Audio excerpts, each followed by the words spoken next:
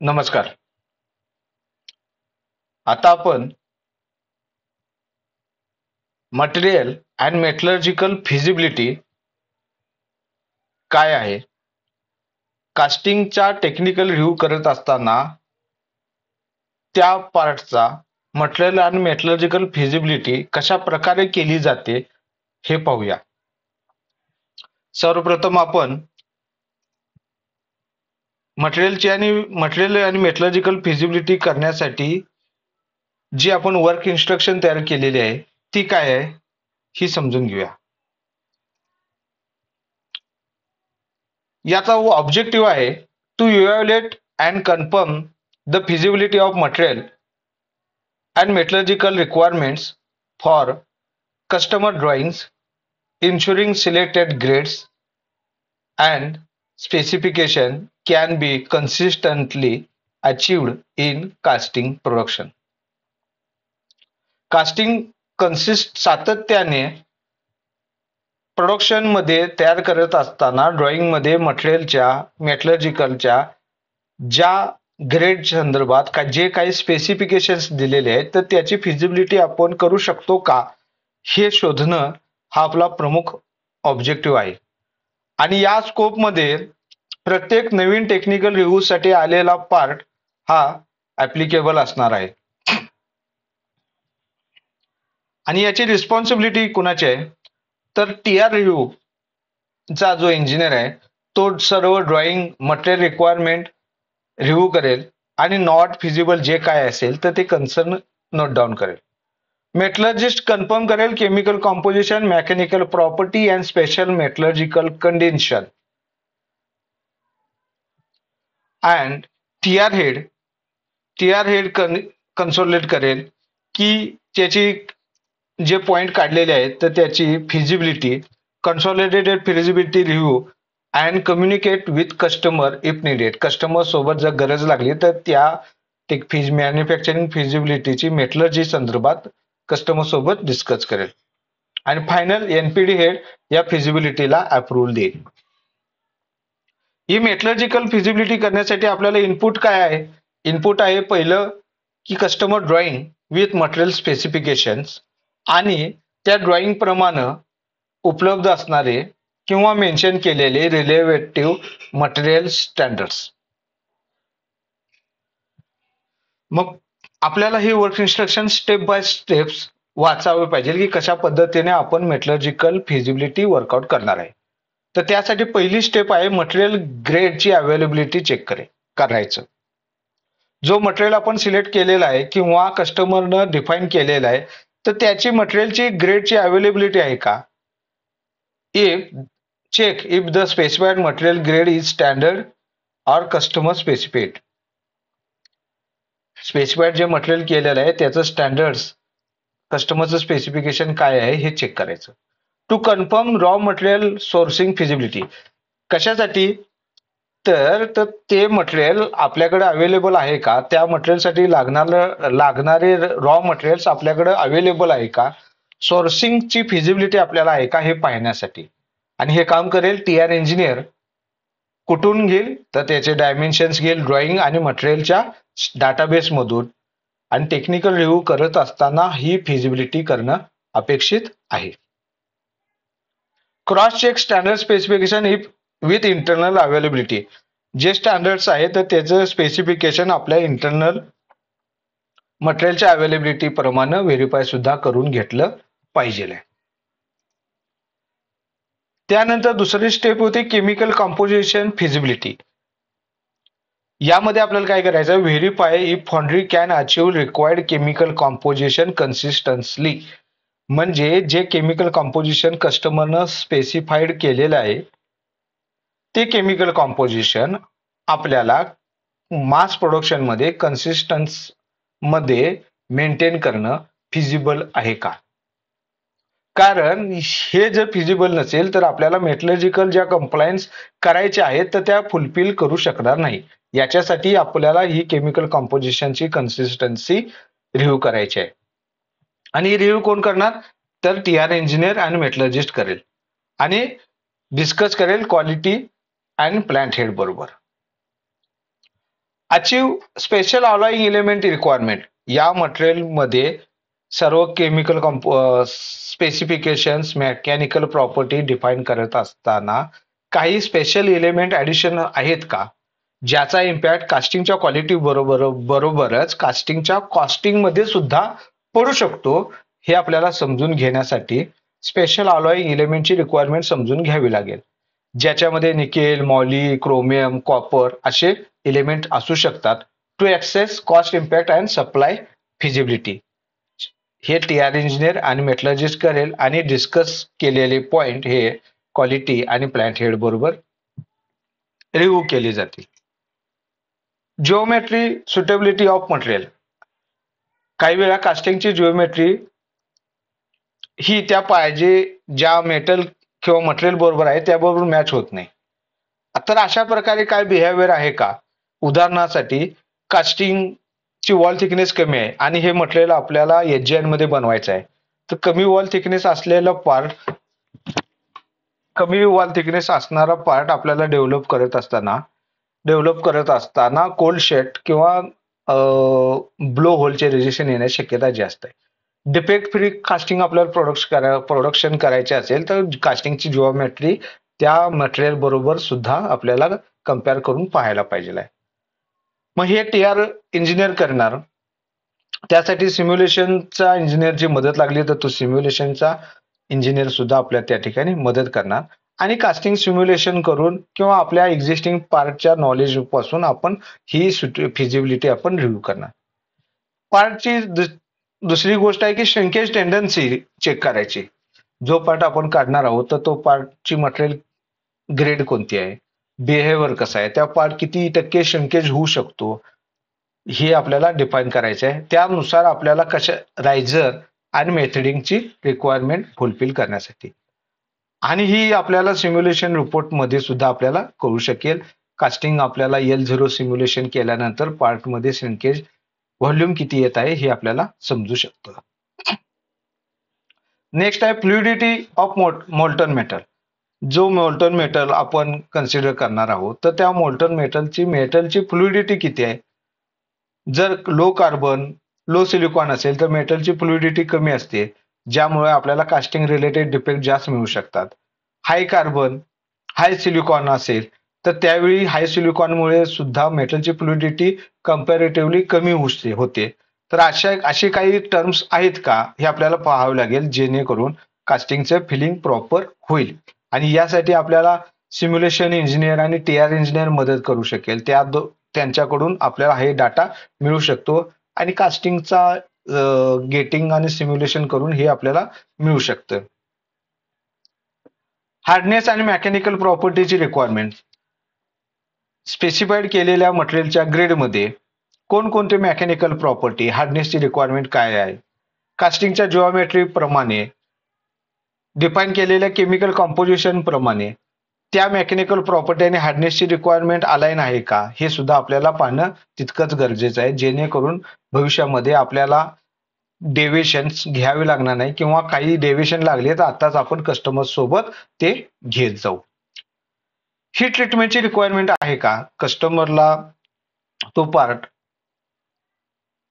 With heat treatment पाहिजे का without heat treatment पाहिजे का, मेकॅनिकल प्रॉपर्टी अचीव्ह करण्यासाठी हीट ट्रीटमेंटची स्पेशल रिक्वायरमेंट गरज आहे का, हे सुद्धा आपल्याला जाणून घ्यायला पाहिजे आहे. आणि त्याचबरोबर आपल्याला जर हीट ट्रीटमेंटची रिक्वायरमेंट असेल तर इन हाऊस मध्ये फॅसिलिटी आहे का, आउटसोर्सिंगची फॅसिलिटी आहे हे आपल्याला पाहावं लागेल.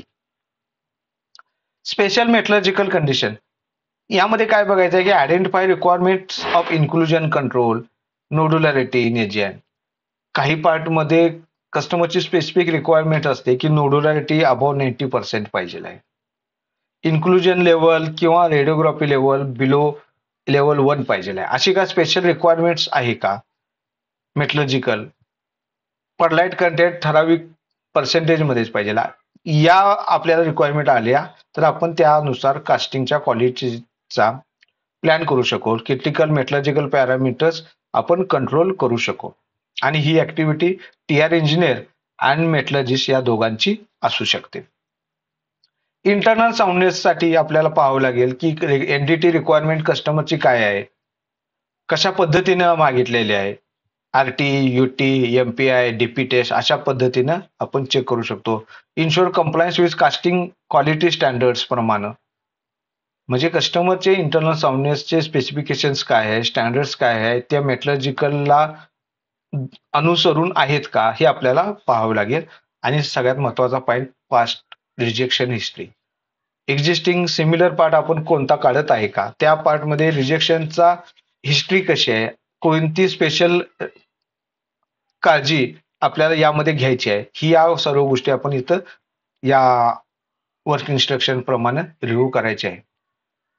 आणि याप्रमाणे केल्यानंतर काही रिॲक्शन प्लॅन सुद्धा आपल्याला तयार करावे लागतील. जसं की जर मटेरियल नॉट अवेलेबल, काही इफ मटेरियल नॉट अवेलेबल असेल तर escalate to SCM, supply quality management and customer alternative grade. तर कस्टमर सोबत आपण बोलून त्याचे आपण मटेरियलची अवेलेबिलिटी आपण चेक करू शकतो, किंवा अल्टरनेटिव्ह मटेरियल ग्रेड कोणतं आपण वापरायचं आहे का हे कन्फर्मेशन घेऊ शकतो. If chemical composition not achievable, कस्टमरने डिफाईन केलेलं केमिकल कॉम्पोजिशन जर अचिवेबल नसेल, ती टॉलरन्सची बँड त्यांची किंवा त्याची जी रेंज आहे तर ती कमी असेल, तर आपण प्रपोज अल्टरनेट स्टँडर्ड्स और डेव्हिएशन साठी रिक्वेस्ट करू शकतो. If geometry unsuitable for material, कास्टिंगची जिओमेट्री सुटेबल नसेल, तर आपण हा टेक्निकल रिव्ह्यू मध्ये पॉइंट हायलाइट करू शकतो आणि कस्टमरला डिझाईन मॉडिफिकेशन साठी सजेशन रिक्वेस्ट करू शकतो. If shrinkage fluidity issue unidentified, जर आपण श्रिंकेज आणि फ्लुइडिटी हा इश्यू आयडेंटिफाय केला तर त्याप्रमाणे आपण गेटिंग आणि रायझरिंग मध्ये ऍडिशनल काळजी घेऊन सिम्युलेशन करून तो प्रॉब्लेम रिझॉल्व्ह करू शकतो. If hardness mechanical property not achievable, define केलेल्या हार्डनेस आणि मेकॅनिकल प्रॉपर्टी अचीव करता येत नसेल, तर आपल्याला ही ट्रीटमेंटचं प्रपोजल देता आलं पाहिजे, किंवा अल्टरनेट ग्रेड आपण कस्टमरला प्रपोज केली पाहिजे आहे. Special metallurgical condition not controllable, कस्टमरची काही रिक्वायरमेंट आहे की ज्या कंट्रोल करू शकत नाही, तर या ठिकाणी प्रोसेस मॉडिफिकेशनसाठी किंवा आपण ही जी रिक्वायरमेंट आहे यावरती कन्सर्न रेज करू शकतो. कस्टमर सोबत बोलून या गोष्टी आपण क्लोज करू शकतो.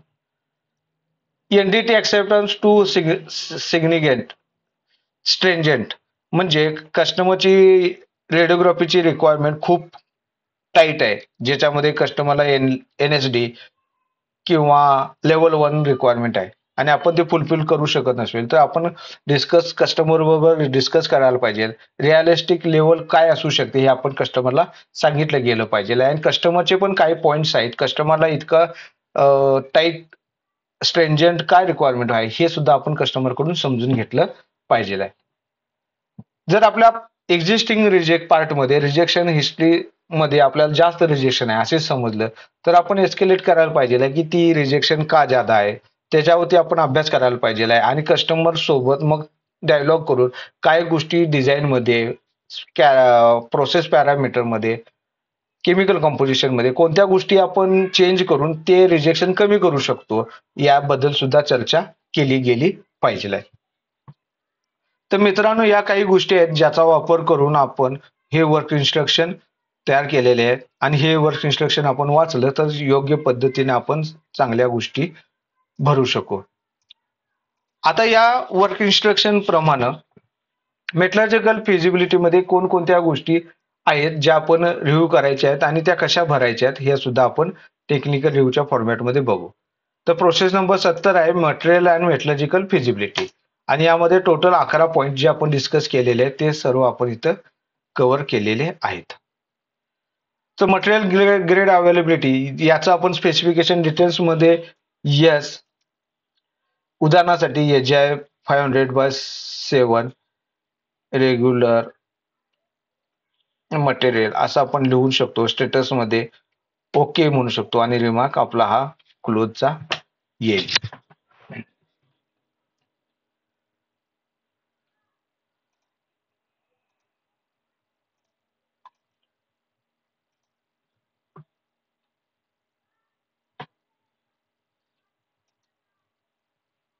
त्यानंतर दुसरी गोष्ट आपल्याला घ्यायची आहे chemical composition.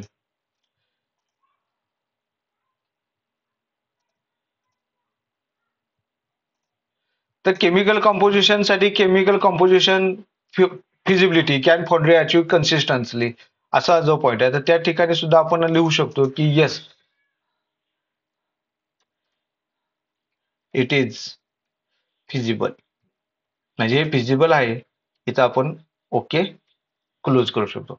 Alive element special requirement काय आहे का, जर आपण इथं yes nickel N and moly need to add आणि स्टेटस मध्ये आपण इथं काय लिहू शकतो, discuss with marketing for cost considerated in considerate झालेले आहे का हे आपल्याला विचारायचं आहे. आणि हे जर जोपर्यंत हे डिस्कस फायनल होत नाही तोपर्यंत आपल्याला हा पॉईंट ओपन राहील. तर आपण आता पाहिलं की 2 पॉईंट पैकी 3 पॉईंट पैकी 2 पॉईंट आपले क्लोज झालेले आहेत, एक पॉईंट आपला ओपन आहे. Casting geometry suitable material specific chance of cold shot या ठिकाणी आपण पार्ट ओके असेल, काही प्रॉब्लेम येणार नसेल तर no part is part geometry is suitable for production असं आपण लिहायचं आहे आणि याच्यामध्ये ओके आणि हा पॉईंट आपला क्लोज. तर प्रत्येक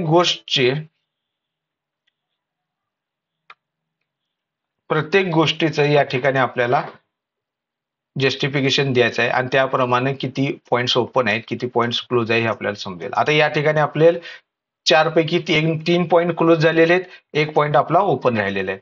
आणि आपण जर इथं मेटलॉजिकल फिजिकल मध्ये गेलो तर इथं 3 पॉईंट आपले क्लोज झालेले इथे लिहिलेले आहेत आणि 8 पॉईंट ओपन आहेत, जे 8 पॉईंट आपण खालचे पॉईंट पाहिले नाही. तर अशा पद्धतीने प्रत्येक पॉईंटची फिजिबिलिटी आपल्याला करत जायची आहे. जोपर्यंत तो पॉईंट पूर्णपणे क्लोज होत नाही तोपर्यंत आपल्याला त्याच्यावरती काम करायचं आहे. आणि ज्यावेळी हा सर्व पॉईंट क्लोज होतील त्याच वेळी इथं ओके रिमार्क आला म्हणजे आपण त्या गोष्टीचा त्या पार्टचा टेक्निकल रिव्ह्यू पुढच्या स्टेजमध्ये जाऊ शकतो, किंवा बिफोर टुलिंग गो हेड आपल्याला या गोष्टी क्लोज करून घेणं आवश्यक आहे हे आपल्याला समजून घेतलं पाहिजे आहे. तर मित्रांनो, ही होती मेटलर्जिकल आणि मटेरियल फिजिबिलिटीची प्रायमरी माहिती. पुढील आपण कास्टिंगचा क्वालिटी प्लॅन पाहणार आहोत, ज्यामध्ये इन डिटेल प्रत्येक गोष्टीचा क्वालिटीच्या गोष्टीचा आपण पॅरामीटर लिहत जाऊ, त्याचा रिव्ह्यू करू आणि याच्या आधारे आपण फायनल कास्टिंगचा क्वालिटीचा प्लॅन डिफाईन करू. तर भेटूया पुढच्या व्हिडिओमध्ये. धन्यवाद.